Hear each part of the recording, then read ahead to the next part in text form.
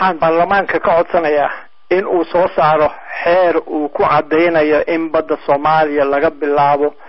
2009 ay tahay 350 mayl badeed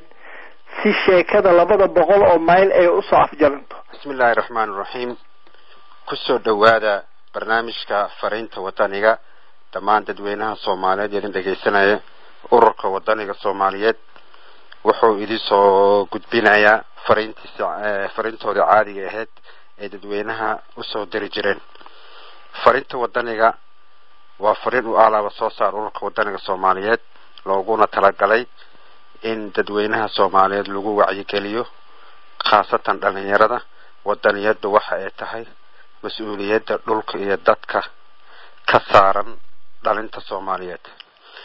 barnaamijkan fariinta wadaniga maanta waxaa idin la soo socodsiinaya anigoo ah Cabdullaahi Jaamac oo jooga dalka Canada magaalada Toronto June 8 maalin Arbaca. barnaamijka fariinta wadaniga maanta waxaa marti noo ah Bashiir Sheekh Maxamuud oo jooga dalka Holland. Bashiir waa diblomaasi rugcada ah ka soo shaqeeyay safaaradaha Soomaalida ee wadamada Scandinavian-ka ah wuxuuna ku xil dheer yahay arrimaha taariikhaha dhulbadeedka iyo siyaasadaha wadamada iyo shirkadaha shidaalada ka baara Afrika. Bashiir ayaa marti noo ah. Bashiir waa maqlaysaa Soomaa? waa maqlayaa. waa maadsan tahay Cabdullaahi. kusoo dhawow barnaamijka fariinta wadaniga. Bismillahir Rahmanir Rahim. waxaan halkan ka salaamayaa ummadda Soomaaliyeed oo dhan. waxaana Ilaahay ka baryayaa inuu naga qabto Kenya, Norway iyo Commonwealth oo dhibka haysta badda Soomaaliya ay ka dambeeyaan. intaanan u guda galin warbixintan codka ah waxaan rabaa inaan ummadda Soomaaliyeed la socodsiiyo qorshihii ahaa banaanbaxa degdega ah oo ku wajahan Commonwealth in la sameynayo 26 Juunyo sanadkan. waxaan kaloo ummadda Soomaaliyeed gaarsiinayaa in qabanqaabada iyo isku dubaridka barnaamijka banaanbaxa ay qabanayaan ururka SYL ururka wadaniyiinta Soomaaliyeed oo lagala xiriiri karo webkooda iyo email-yadooda oo ayagu ay idin la socodsiin doonaan. fariintaas waxaa la rabaa horudhac baan ka dhigahay. Bashiir sida aad la socotaan wuxuu soo saaray qoraallo qaylo dhaan ah oo website-yada caalamka dhan u diray oo ku saabsan sida badda Soomaaliya loo qaybinayo khaasatan wadamada Commonwealth-ga wadamadan loo yaqaan barwaaqa sooranka oo ay aad u horboodayaan Kenya iyo Norway. barnaamijkan fariinta wadaniga ah wuxuu ku saabsan yahay qoraalkaas qaylo dhaanta ah oo rugcadaaga Bashiir ku faafiyay saxaafadda iyadoo cod ah inaan dadka maqashino oo arintaasna u soo bandhigay ururka wadaniga Soomaaliya ururka wadaniga Soomaaliya oo kala qayb qaadanayo bal dadka sidii loo maqashin lahaa loo fahamsiin lahaa. Bashiir cabirka Soomaaliya dadka ma fahamsana oo waxay leeyihiin 200 oo meel 350 meel 370 kilomitir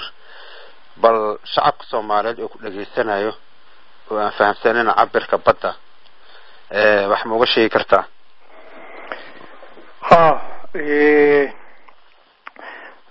otor markuu ugu horeysa waxaa xusid mudan in xilligii uu socday in qaramada midoobay ay xeer u sameeyaan badaha adduunka ay dalal badan cabirteen 12 mayl badeed oo territorial water ah. waa dhul badeedka wadan kastaba uu leeyahay. wadamo badan baa waxay cabirteen 12 mayl. isla markaasna waxay sheegteen 200 oo mayl badeed oo ah ganacsiga oo loo yaqaan AAZ.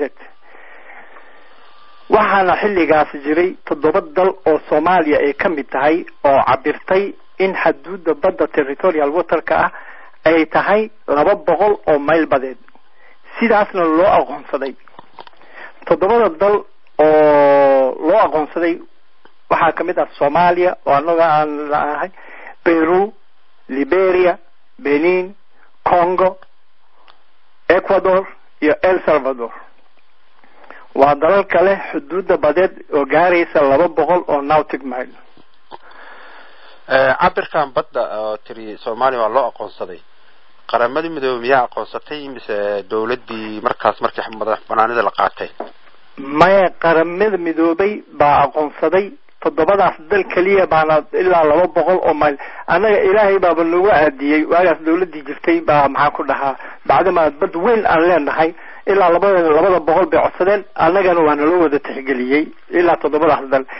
dalka kale oo dhan 12 meel kaliya bay leeyihiin. waxa xusid mudan in dawladdan Kenya oo andariska nahay ee aad uga murugaysan tahay 200 oo meel oo anagu aan leenahay ayagu waxay u qoran oo loo aqoonsaday 12 meel. taas baana maxaa ku dhahaa aad uga qaraacsan yihiin. waxa kaloo jira bashir ummadda Soomaaliyeed waa baaba'day dhulkii waa baaba'ay deegaankii waa baaba'ay shacabkii waa dhamaadeen. maanta ummadda Soomaaliyeed waxa kaliya u soo haray ayaa waxay tahay dhulkii jamhuuriyadda Soomaaliya ee lahayd oo xorta ahaa kheyraadkii ku jiray dhul iyo badda iyadoo sun lagu shubay oo kalluunkii la xaalufuliyay ayaa waxa loo soo dhacay in la kala jaro la qaybsado. taas miya ujeedada banaanbaxa ugu baaqay? arrintaas waa arrinta haddii badda la biliqaysto waxa sababahaya haddii badda Soomaaliya la biliqaysto waxa saameyn weyn ay ku yeelanaysaa in kheyraadkii badda hoosteeda ku jiray aan weyno sida batroolka gaaska iyo kalluumaysiga wixii laga faa'iideysan lahaa. badda ku xeeran dhulka Soomaaliya oo dhererkeedu lagu qiyaasay 3333 kilomitir waxay kamid tahay badaha ay ku jiraan kheyraadka ugu badan adduunka oo aan wali la daafurin ama aan laga faa'iideysan. kheyraadkaas waxaa kamid ah kalluunka noocyadiisu kala duwan yahay oo haddii si wanaagsan looga faa'iideysto kobcin kara dhaqaalaha Soomaaliya soona gelin kara lacag adag haddii si cilmiyeysan loo iibgeeyo. waxa kale oo kheyraadka badda Soomaaliya kamid ah macdanta kala duwan iyo shidaalka aan weli si buuxda loo saxmin laakiin lagu tuumo in uu dhex qotomo badda. kheyraadka dabiiciga ah oo haddii la daafuro ay Soomaaliya ka dhigi karto dhul hodan ah. taas waa shaki kuma jiro inuu dhul hodan oo wadankeenu uu yahay. barnaamijka fariinta wadaniga ah waxaa idinla socodsiinaya ururka wadaniga Soomaaliyeed anigoo ah Cabdullaahi Jaamac waxaana marti noo ah Bashiir Sheekh Maxamuud oo jooga dalka Holland oo ah rugacada diblomaasi rugacada ah kasoo shaqeeyay safaaradaha Scandinavian-ka ee Soomaalida ah waa nin ku xal dheer arrimaha badaha ee cabirka Soomaaliya. barnaamijkan wuxuu ku saabsan yahay qoraal qayladaan ah oo saxaafadda ku faafiyay iyadoo oo waraysi cod ah aan ka sameynayno. Bashir ujeedada laga leeyahay in badda Soomaaliya la cabiro maxay tahay?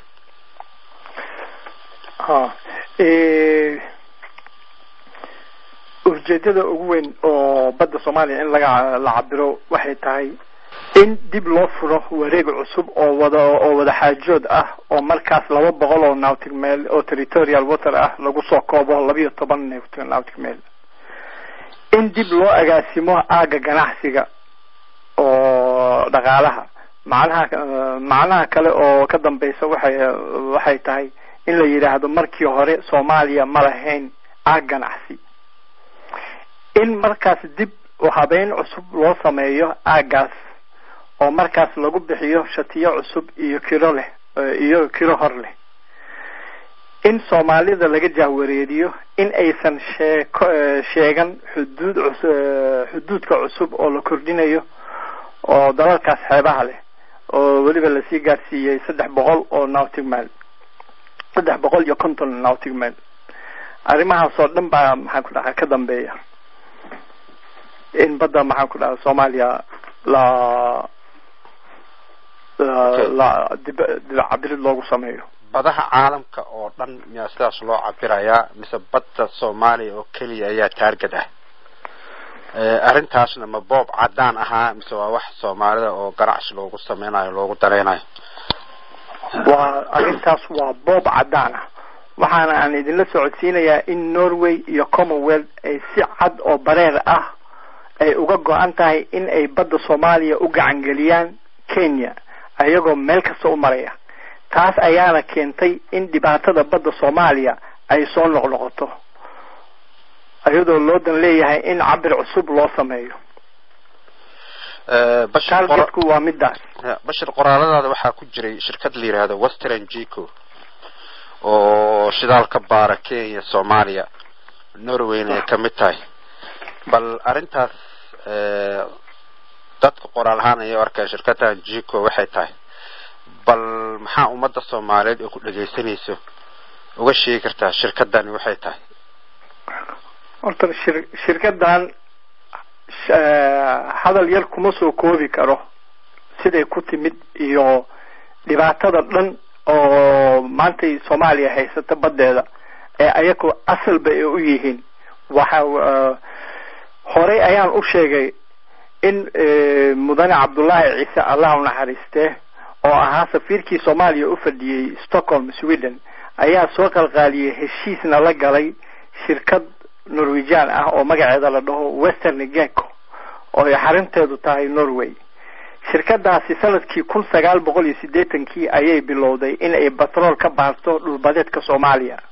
ayadoo wajigii koowaad ceelal shidaal ka saamisay Raskamboni ilaa iyo Barawe wajigii labaadna Barawe ilaa iyo Hobyo baaritaankaas shidaal lagu saamiyay wuxuu qaatay muddo 2 bilood ah kadibna si loo ogaado natiijadii ka soo baxday baaritaankaas markabkii wuxuu u laabtay saldhigiisii oo Norway ku lahaa oo la dhaho Stavanger kadib waxay inoo sheegeen anigu markaa safaaradda baan ka shaqeynayay Sweden Stockholm waxay inoo sheegeen baaritaankii inay ku guuleysteen qaybtaas dhulbadeedka ay Soomaaliya ay ka baareen oo ay ka heleen 2 god oo aad u waaweyn waxayna noo sheegeen in keedka batroolka ee ku jira labadaas god uu ka badan yahay keedka batroolka ku jira wadanka Norway oo dhan ayadoo Norway lagu tilmaamo dalalka ugu keed batrool badan ee qaaradda Yurub shirkadda Western Geco iyadoo ay ku faanayso guusha ay ka gaartay saamintii batroolka ay warbixin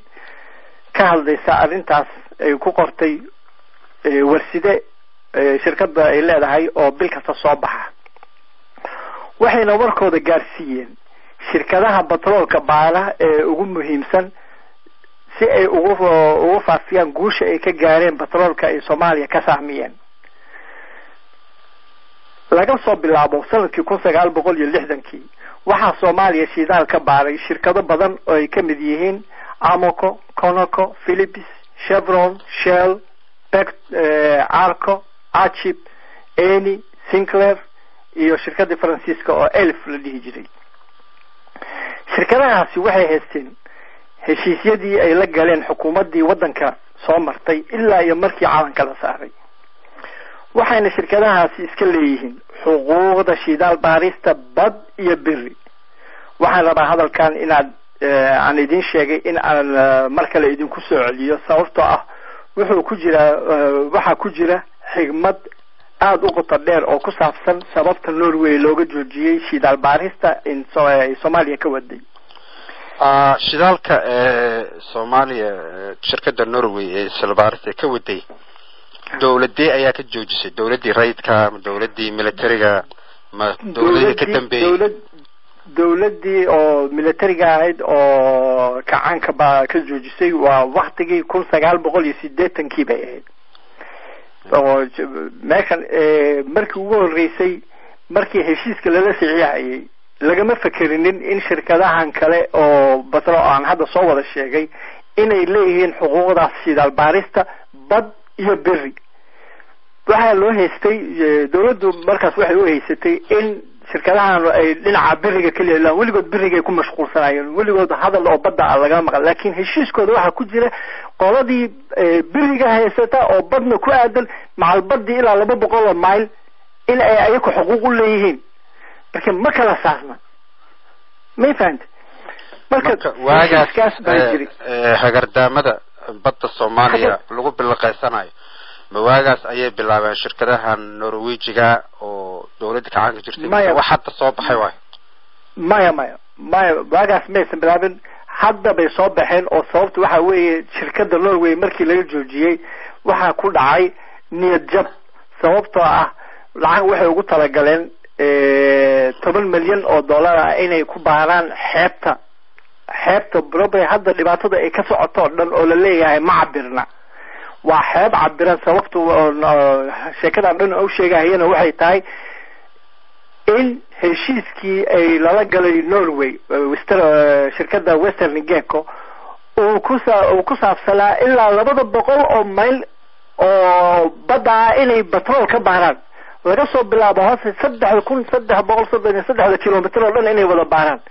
laakiin shirkadahan markay Bashir aan ka dhaxgalo barnaamijkan Commonwealth-ga United Nations iyo wadamadan Kenya ugu horeyso waxa ay wadaan ayaa waxay tahay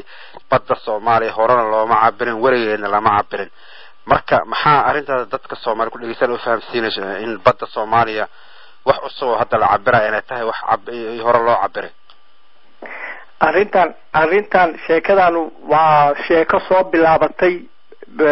heshiiskii is-afgarad oo dawladda laga saxiixanayay waa usoo noqonaynaa heshiiskii afgarad waa ma santahay Bashir aan usoo noqonay su'aalaheena qoraalkaaga aan baxay oo aad ku faafisay saxaafadaha waxaa kamid ahaa heshiiskii la yiraahdo is-afgarad heshiiskan is-afgarad shacabka Soomaaliyeed inta badan ma fahamsana warbaahinta kaliya bay ka maqleen wax is-afgarad la yiraahdo waxa uu yahay is-afgarad muxuu yahay ma dawladda Soomaaliya wadatay ma dawladda Kenya wadatay ma UN ta wadato muxuu yahay ujeedada ka dambayso heshiiskan loo bixiyay is-afgarad heshiiskan is-afgarad wuxuu ahaa heshiis khiyaano ay wateen Kenya waxa sababta ay ku timidna waxay ahayd dadku badi waxay u maleynayaan in badda ay rabta Kenya inay bad caadi ay tahay meeshan waxa weeye badda la rabo waa badda batroolku ku jiro oo xuduudna yaala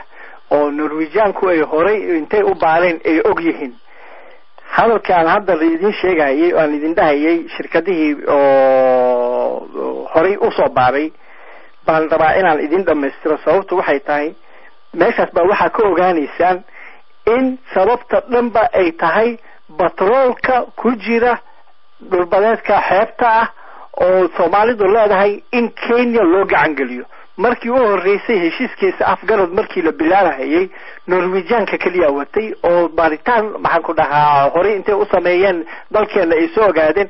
Kenya ka baareen Kenya dhinaceedu waxba waa ka waayeen marka waxay dhaheen meesha kaliya oo ugu dhow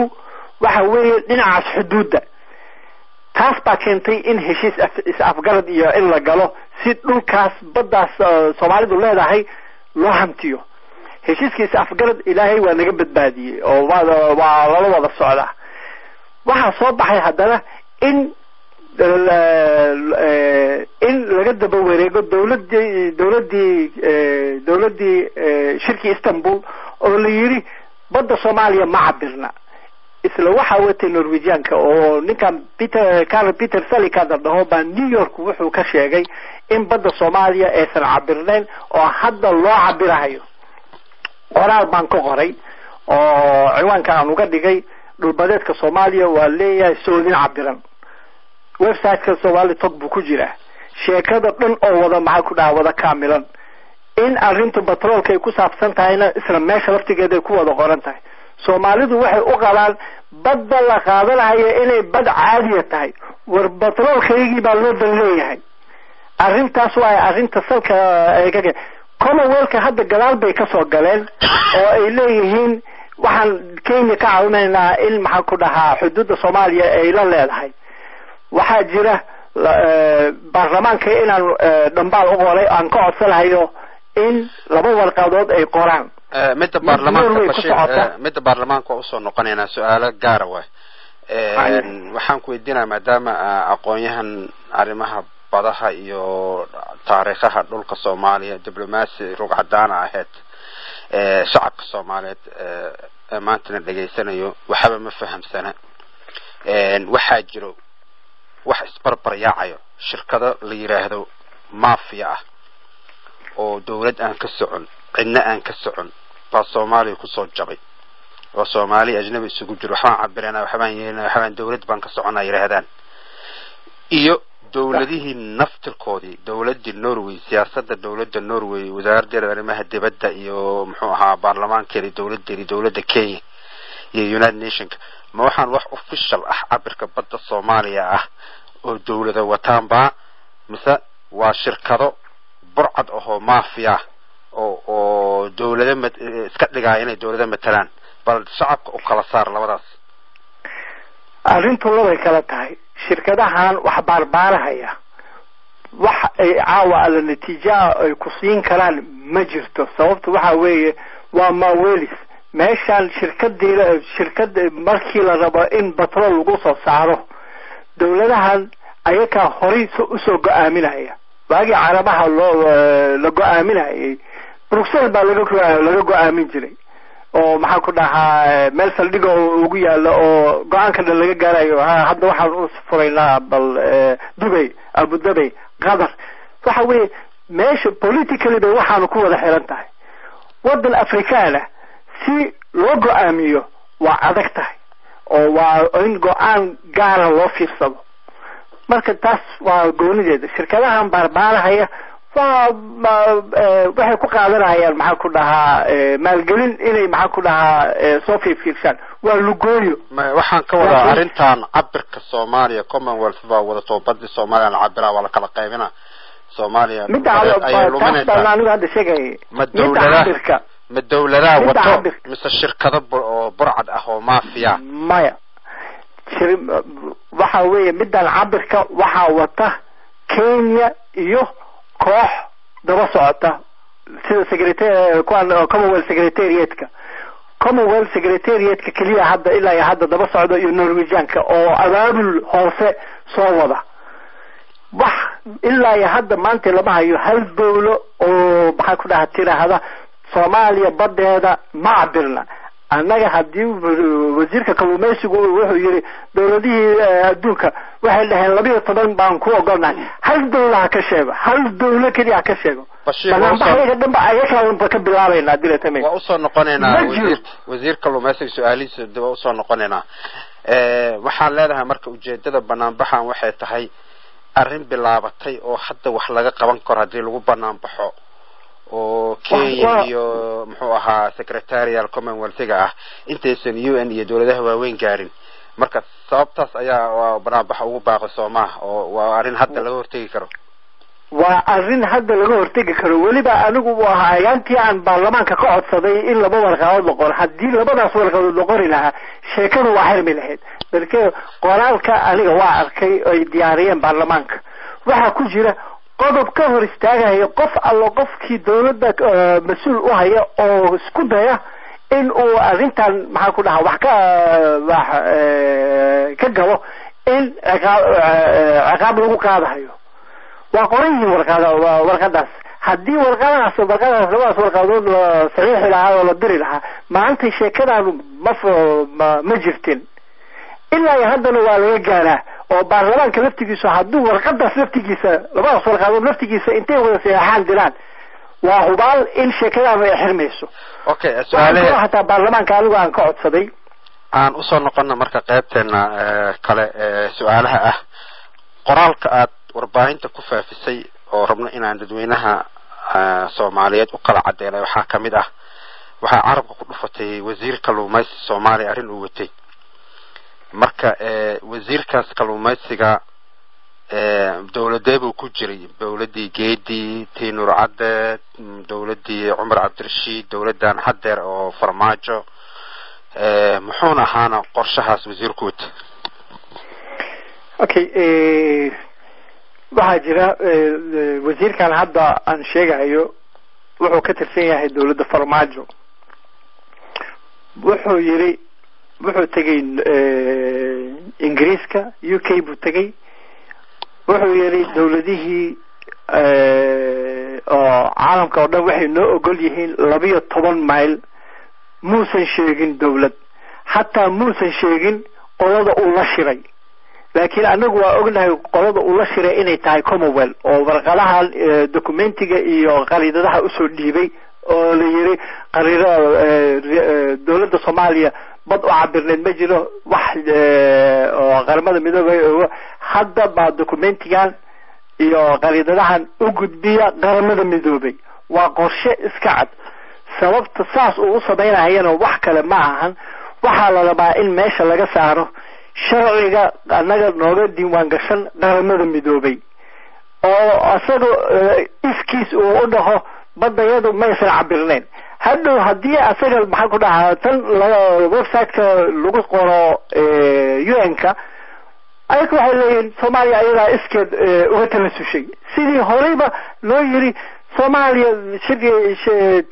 heshiiskiisa afgalad waxaa la yiri Soomaaliya qof ku khasabtay ma jiro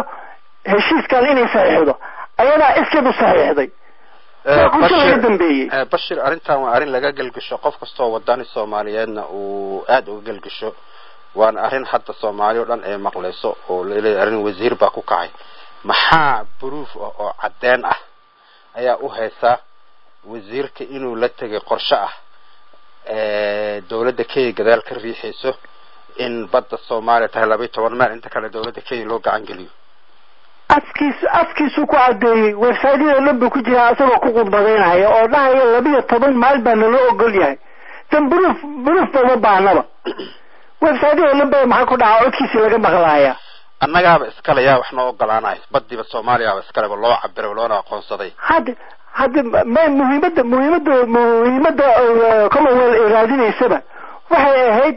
in ay hesho qof mas'uul ah oo dhaha badayadu lama cabirna badayadu waa 12 mayl ayaguna waxay leeyihiin bad ma ayakiiba maxaa ku dhahaa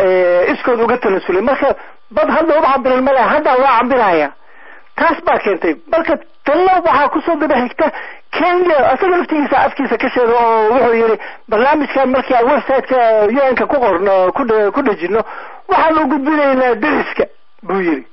oo aanu sheegaynaa badayada limitkeeda intaas inuu yahay waa soo dhaweyn lagu soo dhaweynayaa adinkuna marka soo dhawaado soo cabirta bashir sida la socono wasiirada dawladda Soomaaliya dabeecada ayaa lagu bartay dabeecadaha lagu bartay ayaa waxay tahay fiisooyin dalku gal intay qaataan iyo fiisooyin ay dad ku xambaaraan bay wadamada Yurub iyo galaan markay wadamada Yurub iyo North America galaanna waxay la shiraan sharikado gaara beelo iyo kooxo mafia kabacdina warbaahintana waxay siiyaan fariin khalad yiraahdaan dawladii wadankaas baan la kulano shiranay oo loo yeelnayo ayagoo cid ay la kulmaan aysan jirin marka maxaa proof cadeynaya wasiirkaas kalluumaysiga ah inuu la kulmay madaxda wadamadii Commonwealth-ga uu tagay maxaa cadeynaya inuu warbaahinta intuu qol fadhi ku dirar isku soo xiray warbaahinta u sheegay wax beena okay anigu waxaan shirarkan iyo meelahan uu tagtagay Allahu yaclam laakiin anigu afkiisa iyo waxa ku dhaxaa wixii codkii aan ka maqalnay warbaahinta baan anigu ku sheegi karaa asagoo afkiisa wuxuu ka yiri dawladihii adduunka oo aan la kulmay waxay noo ogol yihiin 12 mayl war dawladeeda noo ku tiri sidan waa midaan anigu aan leeyahay haddii uu sheego hal dawlad xataa hadduu dhaho dhowrkii dawlad hadduu magacaabo ma ayakii bandira tabeta ka bilaabeynaa maxaa ku dhahaa banaanbaxan sababtoo ah anagu waxaynu waa noo registraraysan yahay kuwa aan dhahayasaan halkeebay ka keeneen qodobkeebay raaceen ma jiro qodob ay raaceen dawladna lama hayo dhahda annaga maxaa ku dhahaa aan idin ogoleen ma jiro kuwan secretariat-ka waxay ku shuqul leeyihiin aan ka dhaxgale secretariat-ka Commonwealth waxay ku shuqul leeyihiin waa wax gooniya Commonwealth waa urur ku shuqul leh xiriirinta dawladaha barwaaqo sooranka commonwealth ma lahan awood ay ku masaxdo ama ku tirtirto sharciga badaha ee Soomaaliya uga diiwaan gashay qaramada midoobay laakiin khiyaanada ay wataan waa madaxdii Soomaaliyeed oo ay adeegsanayaan ayagoo si dadban u cadeynaya in ay ka tanasuleen sharcigii badaha ee Soomaaliya kadibna ay dhahaan cid ku khasartay lama hayo ma jiro ayaga iskood u tanasulay arrintaas oo kalena hore ay u dhacday si aan hadda badin sheegay oo heshiiskiisa afgarad Bashir midda kale midowga Afrika markay xoroobeen qaaradda Afrika wadamo badan markay xoroobeen 1960 midowga Afrika xeerar ay u dejiyay qaaradda Afrika oo ku saabsan xuduudaha xagga juqraafiga dhulka iyo badda 1960 heshiis la saxiixay baa jiro oo United Nations iyo caalamka dhan qaaradda Afrika siixeen inay tahay uu dhigayo dhulalka xuduudaha iyo badda qaaradda Afrika waa lama taabtaan waa sidii loo saxiixay waxna laga bedeli karo wadan walbaana markay xornimo qaadatana taariikhda iyo maabka loo sameeyay waa laga ma noqdaan ayaa leeyahay marka heshiiskan leeyahay afgarad iyo badda waxa la cabiraya midowga Afrikana sharcigaas ayaa ka degsan arintaas sidoo isku waafaqaysa isma waafaqayso heshiisa arintan waxa wata commonwealth iyo ma ahan wax sharciyad ay maxaa ku dhahaa sharciyan watan waa khiyaano ay rabaan in ay dhahaan Soomaaliya ayada ka tanasushay ilaa waxa weeye waxa si cadaan ay ku soo gali karaan oo sharci ma jiro waxay rabaan laabad inay kugu soo galaan oo adigiiba ka tanasulay marka hadda beelku waxba ku miyaalaan haddaan ku cabirayna sheekadaas waa sheekada socota okay arinta baarlamaanka oo soo noqonayna marka waxaan Bashir oo soo noqday markaas ashir waxaan rabaa inaan dadweynaha Soomaaliyeed ee maqlaaya oo kala cadeysid yaa awood u leh cabirka badda Soomaaliya sida aan ku soo qaaday hay'adaha United Nations Commonwealth midowga Afrika baarlamaanka Soomaaliya golaha wasiirada Soomaaliya iyo afti shacabka Soomaaliya laga qaado bal yaa awood u leh oo cabir karo oo badda Soomaaliya ama dhulka Soomaaliya kala qaybin kara meeshan orto marka ugu horeysa waxaan ku sheegayaa Soomaaliya badeeda hore u cabirneed taasna shaka kuma jiro in adduunyaha dhan uu u aqoonsan yahay arrintan oo khiyaanada ah oo la wado badayada muran iyo dib iyo kuma jirin ilaa iyo shirkii is-afgarad wixii ka dambeeyay waxa wadana waa Kenya iyo Norway iyo Commonwealth ilaa ya hadda qolo siyaada oo ku soo darsantay ma jirto isla intii baa iska daba wareegaya oo waxay ka daba wareegayaan dawladii Soomaaliya u dhalata inay maxaa ku dhaha ka helaan dad ay ku maxaa ku dhaha adeegsadaan oo khalkhal galiya badda Soomaaliya meesha loo daleeyahayna ma ahan badda Soomaaliya oo dhan waxa weeye dhinacaas batroolka baa loo daleeyahay laakiin waxay rabaan inuu meesha uu ka baxo sharciga uga diiwaan gashan qaramada midoobay kaasna hadduu meesha ka baxo badii oo dhan buu wada saameynayaa ilaa iyo sayda maxaa ku dhaca geeskeeda kale buu wada saameynayaa marka waxaa leedahay badda Soomaaliya dhulka Soomaaliya waa lama taabtaan waxyaabahan la wadwado dhanna waxa weeye waa wax quraafaad iyo been la wadwado oo shacabkana lagu qaldaayo oo la leeyahay Soomaaliya ida isaga danaasushay ha waa midaas midda la rabo oo laga daba wareegayo midda baarlamaanka Soomaaliya u soo noqono maadaama ay tahay hay'adda sharci dejinta Soomaaliya ee caalamkana uu aqoonsan yahay baarlamaan ahaan go'aankana ka gaari karo arinta Soomaaliya runtiina baarlamaanka hal iska eedeeyo oo dad badan ha loo jeediyo laakiinse geesinimo ayay sameeyeen go'aan wadaninimo ayay qaateen markii ay tuureen heshiiskii is-afgarad marka taasna waa ku amaanan yihiin baarlamaanka marka maxaad u soo jeedin lahayd fariin baarlamaanka Soomaaliya sida ah heshiisadan iyo jahwareerkan ummadda la dhaxgelinayo horta su'aashan waa su'aal fiican oo aan rabo ummadda Soomaaliyeed oo dhan in ay wada ogaadaan maanta baarlamaanku waa ku mahadsan yahay qaybtii libaaxa qaybtii weyneed oo ay ka qaateen shirkii heshiiskii is-afgarad oo dhinac loo tuuray waa midda kaliya oo maantay Soomaalida oo dhali ay aad iyo aad ugu farxeen laakiin dhibaatada jirta waxa weeye shirqoolkaanu waa soconaya dawlad kasta oo soo fuushada waxa la raadsanayaa dad lagu adeegsado sababtuna waxay tahay Kenya iyo Norway iyo Commonwealth kama talusulahayaan shirqoolkan ay wadaan ilaa iyo ay natiijo ka gaaraan annaguna diyaar baa waxa u nahay inaan mar kastaba aan ishor istaajino baarlamaanku waxyaalo badan buu qaban karaa inkastoo la dhaliilahayo baarlamaanka anigu waxaan dhowr jeer baan la xiriiray hadda ka hor waxaan xildhibaanada baarlamaanka ka codsaday in ay jirto khatar weyn oo u baahan in si degdeg ah wax looga qabto waxaan ka codsaday in ay qoraan laba warqadood oo ku kala aadan Norway iyo Commonwealth waa labada nala daba dhigay oo raba inay Kenya u gacan galiyaan batroolkaas badda xuduudda ku jira sida kaliya ay ugu gacan galin karaan waxa weeye inay ka shaqeeyaan sidii heshiiska qaramada midoobay nooga saxiixan oo nooga qoran in la baabaasho haddii kaas la baabaashana Soomaaliya oo dhan badeeda bay wada khuseynaysaa dawlado badan oo waxaa jira markii uu Carlo Peter Salikat oo New York ka akhriyay khudbadiisa markuu dhahayay Soomaaliya badda uma cabirna wuxuu ku rifaaqay burcad badeedka marka dadkan adduunyada oo dhan burcad badeedkii bay la yaabanayeen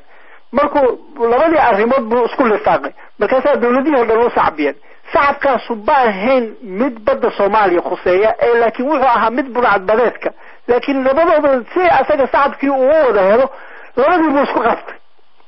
aniga article baan ka qoray arintaas maxaa ku dhac qoraal baan ka sameeyay aan leeyahay khiyaanada meesha la wado oo la leeyahay badda Soomaaliya ma cabirna Norway waa ogtahay badda Soomaaliya inay cabirneed 1980kii bayna heshiis caalami ah la gashay marka maanta Carlo Peter Salikat inuu dhaho dawladda Soomaaliya badeedu ma cabirna waa ku khaldan yahay burcad badeeda ayaa loo soo qabanaya waxaan hataa kala xiriiray safaaradooda Norwegianka oo Den Haag uga furan safaaradooda Norway uga furan Roma labadoodaba article-kii aan qoraalkan ku qoray website-ka wuxuu ku jiraa Somali Talk way isoo jawaabeen oo waxay dhaheen qoraaladaadii waa hadlay waxaan u gudbinay anaga go'aanka safaaradaha go'aanka ma gaari karno waxa u gudbinay wasaaradda arrimaha dibadda ee Norway aniga article-kaas gabagabadiisii waxaan ku soo gabagabeeyay waxa iri inkastoo aan dadaal sameeyay laakiin waxa u jeedaa in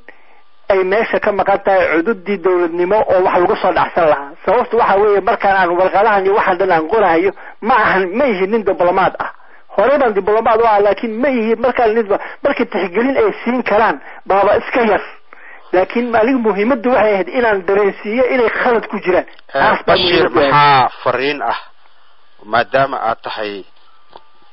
in aad looga yaqaano oo rugcadaa ah baarlamaanka Soomaaliya maxaa kaloo fariin usoo jeedinaya baarlamaanka Soomaaliya iyo dawladda farmaajo iyo wasiirkeedaba inay ku maqlayaan ay u maleynayaan hadeer maxaa halkan uga soo jeedinaysaa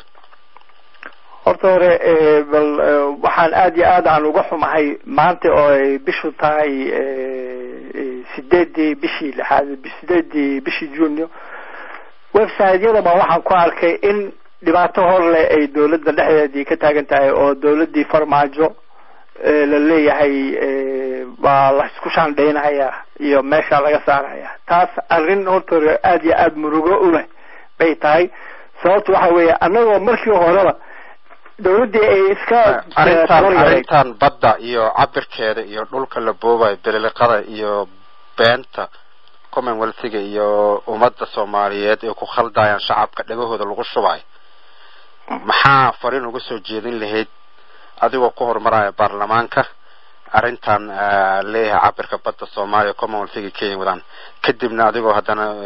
u soo jeedinaya farmaajo iyo wasiiradiisa gaar ahaan wasiirka kalluumaysiga oo carabka aad ku dhufatay waxaan baarlamaanka ka codsanayaa in uu soo saaro xeer uu ku cadeynayo in badda Soomaaliya laga bilaabo 2009 ay tahay 350 mayl badeed si sheekada 200 oo mayl ay u soo afjaranto arrintaas waa sameyn karaan sababtu waxay tahay wax ka hor istaagayo ma jiro ayagoo dhanna waa wada og yihiin in qaramada midoobay uu nooga diiwaan gashan tahay dhulbadeed gaaraya 200 oo nautic mile oo haddana hadeer 2009 la codsaday markii khiyaanadii la watay heshiiskiisa afgarad in Soomaaliya codsatay in loo kordhiyo oo 350 mayl badeed looga dhigo arrintaas baarlamaanku inuu cadeeyo oo qoraal cadaan uu ka soo saaro baa horta ka codsanaya waana sameyn karaan wax ka hor istaagaya ma jiro ayaka waxay ka yihiin wakiil ummadda Soomaaliyeed ayakoo fiirinaya ummadda Soomaaliyeed fiirinayana dhaartii ay dhaarteen waxaan ka codsanayaa inay go'aankaas soo saaraan si sheekadaan ay u xiranto haddii kale sheekadaan ay wadaan Norway iyo Commonwealth iyo Kenya ma harayso isla dawladii dhawatada laga daba shaqeysanayaa fadlan baarlamaanka dadka ummadda Soomaaliyeed baarlamaanka ha la xariireen ha ka dhameeyeen ha ku bushgareeyeen si warqadahaas loo heshiiskaasna warqadahaas loo qoro oo arrintan dhinac loo dhigo maxaa faraysa madaxweynaha iyo ra'iisul wasaaraha golihiisa wasiiradana waxaan ra'iisul wasaaraha iyo golihiisa iyo madaxweynaha faraya ummadan oo dawladda matalaysa oo laga daba shaqeysanayo inay ka hor istaagaan inay ayaka laftigoodu awood bay leeyihiin ay maxaan ku dhahaa wadankii iyo badii ku badbaadiyaan meeshan ummadda Soomaaliyeed ayaka wakiil u ah dad kale oo maanta maxaan ku dhahaa awood leh oo dawladii kale u sheegay yeysan fiirinin masruufka la masruufayo waxaan waa dhamaanayaan insha Allah Soomaaliya waa wada heshiinaysa dhibkaana waa laga wada baxaya laakiin inta yarta oo dhibaatadana hadda haysato oo quwwadaha geesaha la daba taagan yihiin hal adkaysto dad wadaniyiin la hal raadsho meeshan madaxweynayaashan badan waa arrin fiican sababtoo ah madaxweynayaashan badan oo soo wada shaqeynaya waxaad arkaysaa in dadku ay dad badan oo raadinaya isbedel inuu jiro kulliba hal mid baa ka soo bixi doona ilaahay ha ka dhigo midkaas ka soo baxaya mid wadaniga oo dadkiiba difaaca ilaahay ha ka dhigo Allah taasa ugu duceeyay mid alla mid ku noqdo badda Soomaaliya waxa kale maamulo jira ayaa jiro waygara oo sharciyo iyo xuduudo dhul badeed sameysteen sida Puntland Somaliland iyo maamul gobolada Jubbooyinka laga sameeyay maxaa ayagana faraysa oo mas'uul ma ka yihiin ayagana kulay laga yaabo inay soo haystaan in dawladda dhexe oo federaalka kaliya inay mas'uul ka tahay in badda Soomaaliya cabirkeeda ay wadaan bal maxaa ayagana faraysa maxay saameyn ku yeelan karaan arrintan horta anigu lama socdo bad maxaan ku dhahaa goboladu ay cabirteen mideeda kale waxa maxaan ku dhahaa awood ay saameynaysa malahan sababtoo ah sharciga qaramada midoobay u yaalay baba maxaa ku dhahaa waxa soo dhan ka weyn midaan ayako samaysanayaan ya waa mid iska local ah oo awal meel maxaa ku dhahaa lagu tilmaamo aysan jirinin waa sharci local ma mid international waa mid local ah waa ma mid international ah oo soo baxay oo aan aragnay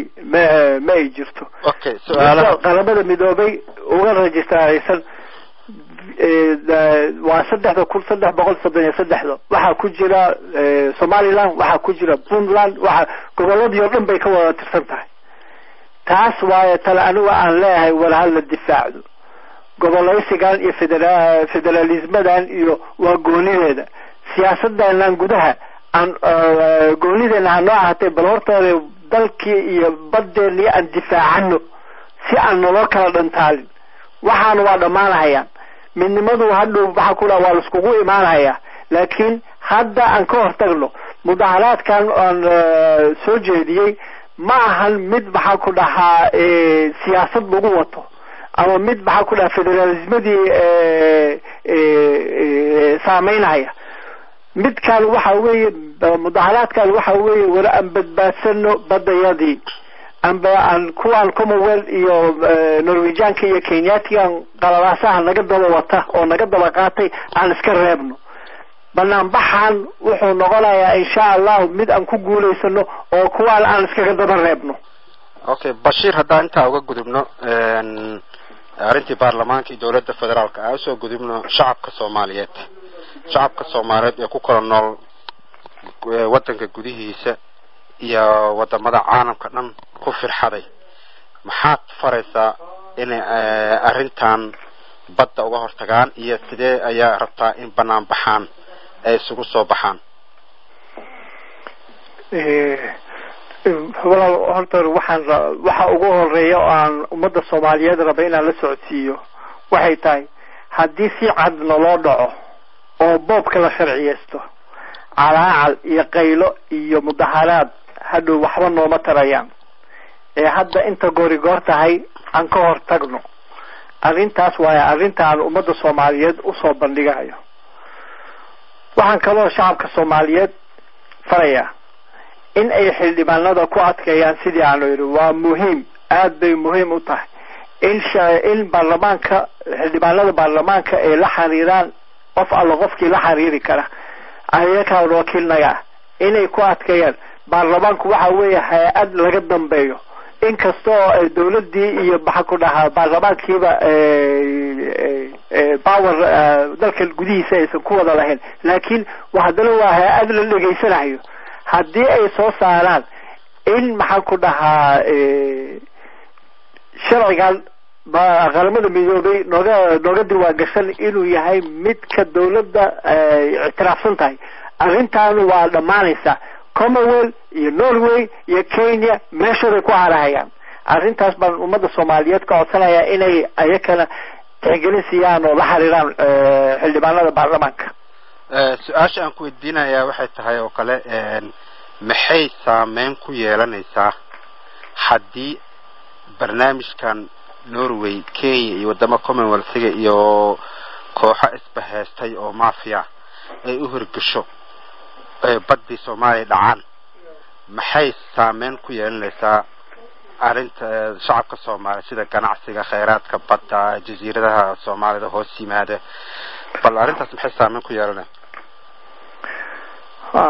haddii badda Soomaaliya la biliqaysto waxay saameyn weyn ku yeelanaysaa in kheyraadka badda hoosteeda ku jira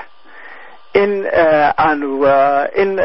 weyno sida batroolka gaaska iyo kalluumaysiga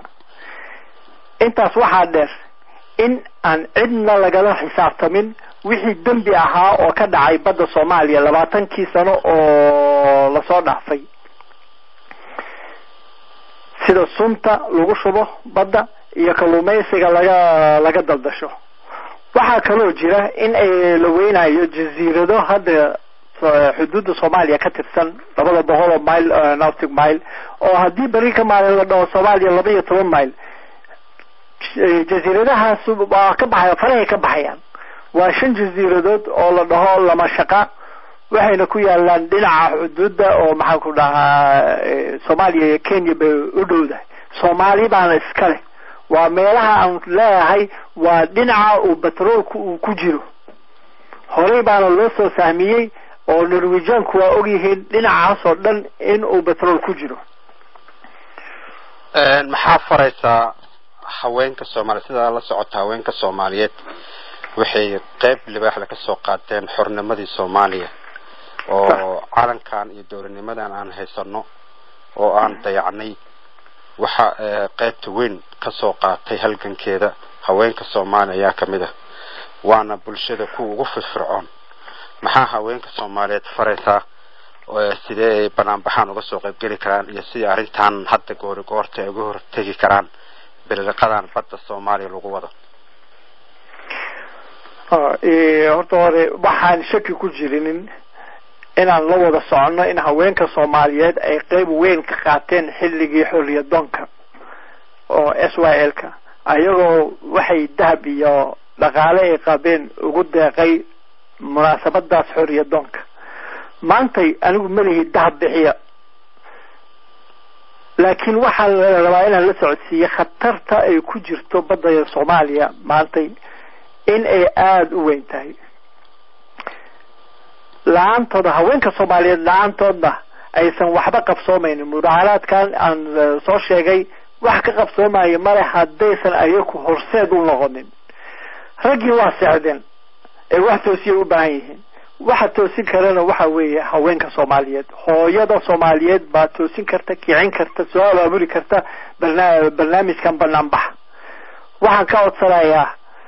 hooyooyinka Soomaaliyeed oo dhan inay u gurmadaan soona abaabulaan banaanbaxan waa muhiim badayadii baan ku badbaadsanaynaa ma aha wax siyaasad kale iyo madaxtinimo kale iyo waxa ku dhahaa goboleysi kale iyo ku raadsanayno waa mid muhiim ah in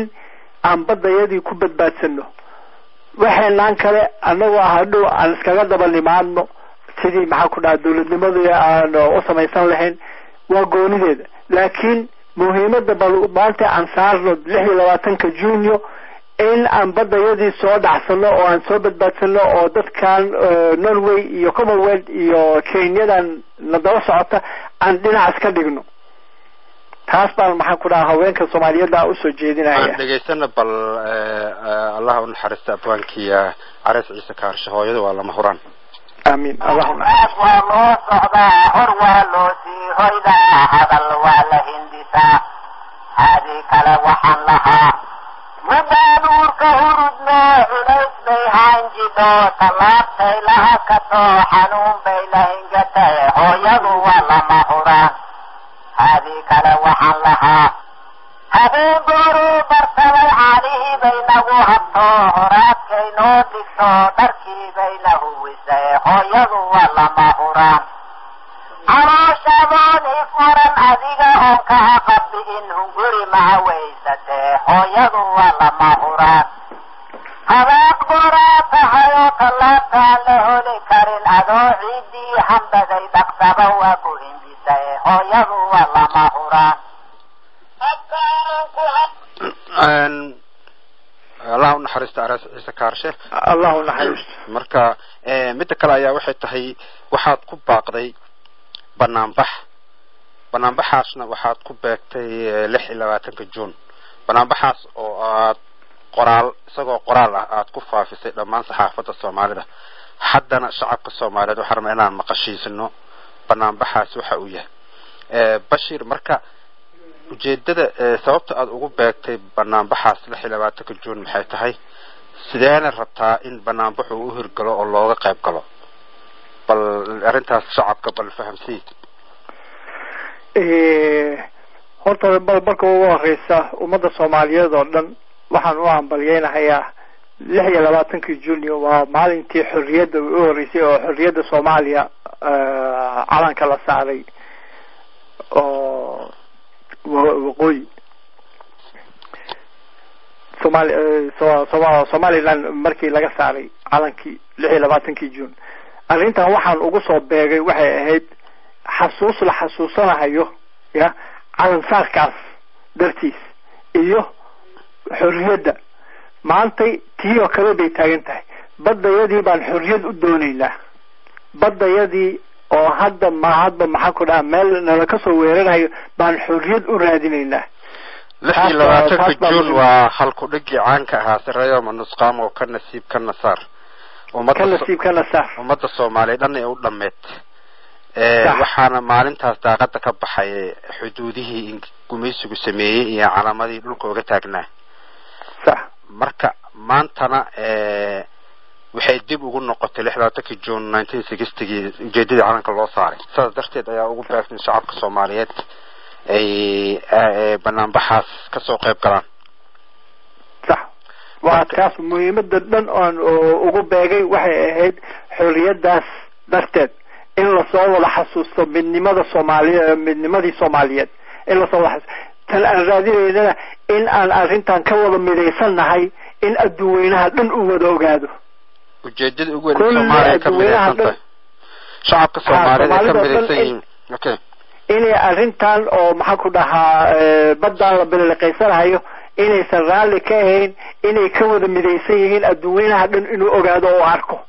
taas waa muhiimadda dhan aan ugu beegay 26 Juunyo waxaan ka codsanayaa ummadda Soomaaliyeed oo dhan in ay arrintan u arkaan in ay tahay midnimo aan u raadinayno xorriyadda baddayada Bashir banaanbaxa laba nooc ayaa loo soo abaabulaa banaanbaxda laba nooc ay u dhacaan mid kacdoon shacab ku yimaado shacabka iyagoo kacdoonsan iska soo baxaan oo qeyraysan iyo mid la soo abaabulo oo boorar iyo loo sameeyo muxuu ahaayo qarash la geliyo la abaabulo dadka marka labadaas nooc banaanbaxa jira marka midkee shacabka Soomaaliyeed ugu baaqaysaa marka ugu horeysa waxaan Soomaalida dhan aan u sheegayaa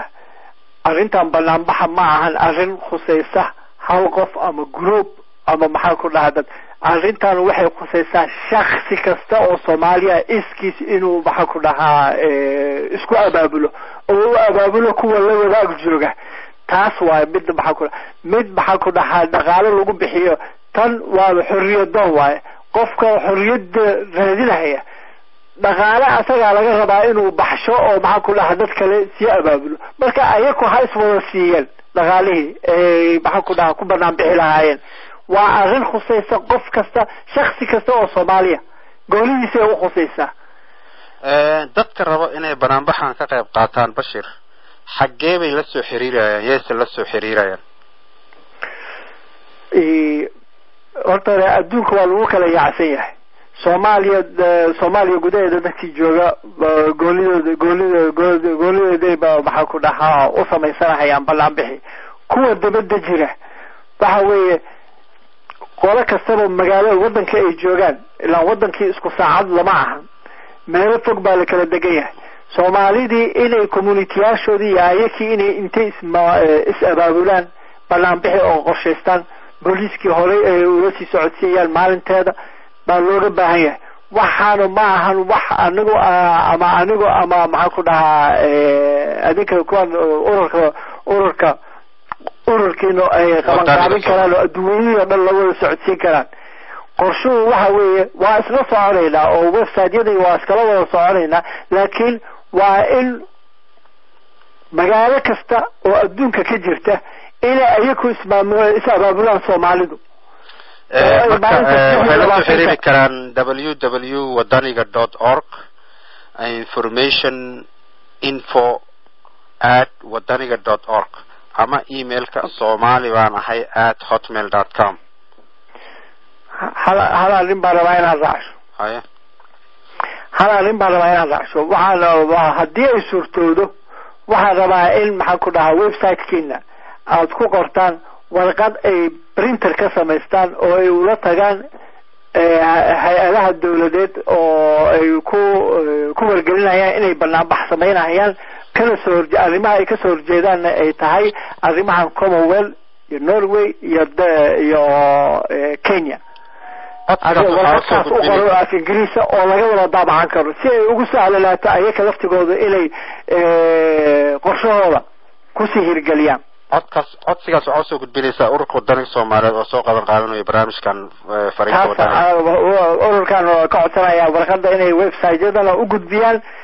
ayakana website-kooda ay ku dhejiyaan Bashir marka waxaa la soo gaaray gabagabadii barnaamijka maxaa kale oo aad fari lahayd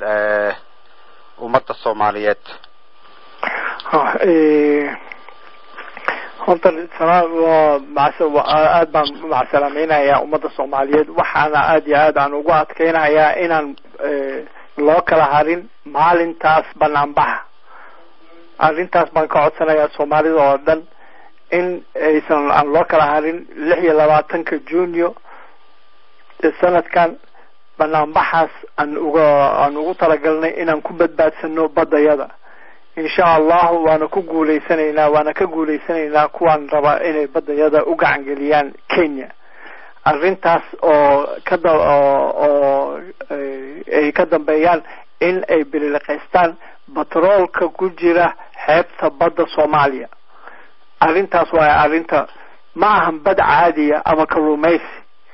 aan ka gilgilano insha Allah waana ka guuleysanayna insha Allah barnaamijkeeni maanta fariinta wadaniga intaas uu nooga yahay barnaamijkan waxa soo diyaariyay ururka wadaniga Soomaaliyeed waxaana idin la socodsiinay anigoo ah Cabdullaahi Jaamac magaalada Toronto ee dalka Canada barnaamijkana maanta waxa martino ahaa Bashiir Sheekh Maxamed oo ah diblomaasi rugcada ah Soomaaliyeed oo jooga dalka Holland isagoo qayladaan qoraallo iyo cadeemo iyo sawirro warbaahinta ku faafiyay sida badda Soomaaliya loo bilaqaysanayo arintii qoraalka ahayd ayaan ku talagalnay barnaamijkan ururka wadaniga Soomaaliyeed inaan ka sameeyno barnaamij cod ah oo shacabku ay maqlaan codkiisa qoraaladiisa ayaa hore loo arkay in Bashiir codkiisa la maqlo codkiisana waa maqasheen insha Allah taala ururka wadaniga Soomaaliyeed hadii aan nahayna waa dadaalayna qayb libax ayaan ka qaadanayna dhammaan shacabka Soomaaliyeed community-yada kala duwan ee ku nool wadamada qurbaha ah kuwa gudaha ku nool inay abaabulaan qof leader ah sameystaan barnaamijkaasna banaanbaxaasna la tuso caalamka in dadka badii iyo dhulkii Soomaaliyeed dadkii iska lahaa inay nool yihiin ayna ka gilgalanayaan ayagoo noolna aan badooda la qaybsan karin lana siri karin lana dhici karin inta wadaniin Soomaaliyeed nool ay jirto Bashiir waa mahadsan tahay sida warbixinta dheer nooga saarto nooga bixisay barnaamijkan waxaan baarlamaanka ka codsanayaa in uu soo saaro xeer uu ku cadeynayo in badda Soomaaliya laga bilaabo 2009 ay tahay 350 mayl badeed si sheekada 200 oo mayl ay u soo afjaranto bismillaahir rahmaanir rahiim ku soo dhawaada barnaamijka fariinta wadaniga dhammaan dadweynaha Soomaaliyeed ee dhageysanaya ururka wadaniga Soomaaliyeed wuxuu idin soo gudbinayaa fariintooda caadiga ahayd ee dadweynaha u soo diri jireen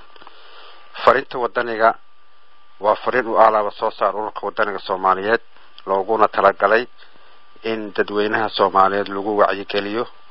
khaasatan dhalinyarada wadaniyada waxa ay tahay mas'uuliyadda dhulka iyo dadka ka saaran dhalinta Soomaaliyeed barnaamijkan fariinta wadaniga maanta waxa idin la soo socodsiinaya anigoo ah Cabdullaahi Jaamac oo jooga dalka Canada magaalada Toronto June 8 maalin Arbaca barnaamijka fariinta wadaniga maanta waxa martino ah Bashiir Sheekh Maxamed oo jooga dalka Holland Bashiir waa diblomaasi rugcada ah ka soo shaqeeyay safaaradaha Soomaalida ee wadamada Scandinavian-ka ah wuxuuna ku xil dheer yahay arrimaha taariikhaha dhulbadeedka iyo siyaasadaha wadamada iyo shirkadaha shidaalada ka baara Afrika Bashiir ayaa martino ah Bashiir waa maqlaysaa Soomaa waa maqlayaa waa maasan tahay Cabdullaahi kusoo dhawow barnaamijka fariinta wadaniga bismillaahir rahmaanir rahiim waxaan halkan ka salaamayaa ummadda Soomaaliyeed oo dhan waxaana Ilaahay ka baryayaa inuu naga qabto Kenya Norway iyo Commonwealth oo dhibka haysta badda Soomaaliya ay ka dambeeyaan intaan u guda galin warbixintan codka ah waxaan rabaa inaan ummadda Soomaaliyeed la socodsiiyo qorshihii ahaa